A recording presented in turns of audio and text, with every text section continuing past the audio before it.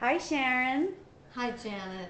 Well, I know you work with the deck of cards as we all know it, with the hearts and clubs and diamonds and spades. And in your book, Love and Destiny, you talk about the cards having been a calendar many years ago, maybe 1,000 years ago.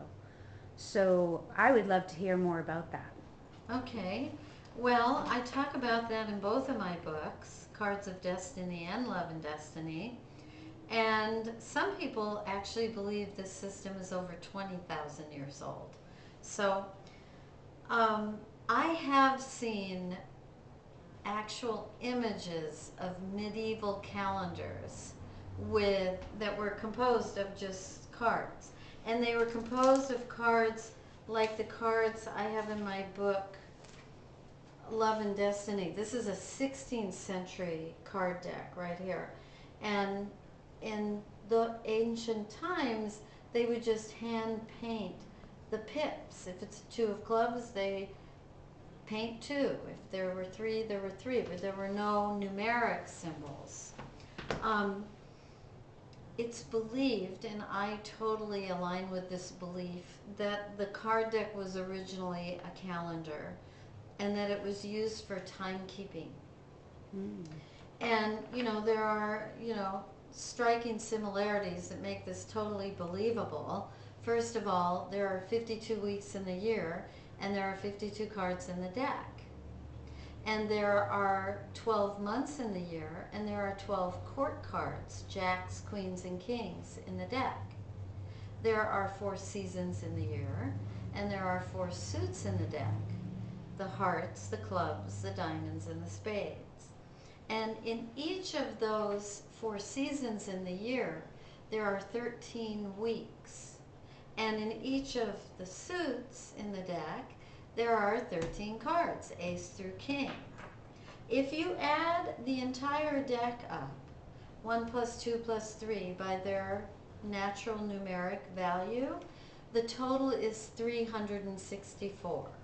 And when you add the joker, it's 365, the number of days in the year. So it's really easy to see the connection there. And then, of course, each day of the year is governed by a specific card. And so we have a birthday. And our birthday is on one of those 365 days. So one of those days is our birth card, our birthday. Uh, Fascinating. Fascinating. So, for instance, I know that my birthday card is a two of spades, and I bet the listeners out there would love to know um, what the spades means, what it represents, what the diamond represents, what the club represents. yes, each one of the suits is very profound. And I see these suits relating to human experience of body, mind, uh, and emotions and spirit. So the emotions would be the heart suit.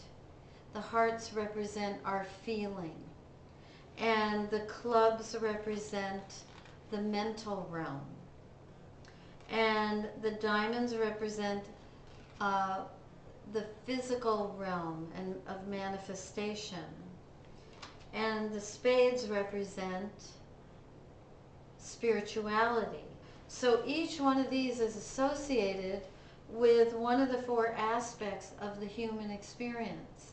And the first suit in the deck is the heart suit. And it represents childhood and the beginning of life, family, beauty, love, art, anything to having to do with that realm, and our feeling self.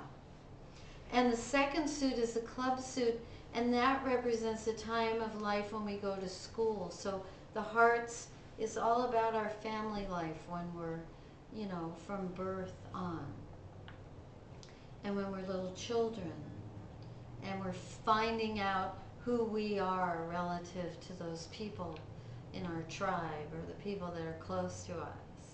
And then the club suit comes and says, okay, we're going out into the world now, and we're going to gather information, because this suit represents the mental realm of life. So we're learning and gathering information, and then we come home to our family and we share that information. We share with others what we learn. And then the diamonds come along and say, let's do something with that information. Let's manifest with that information.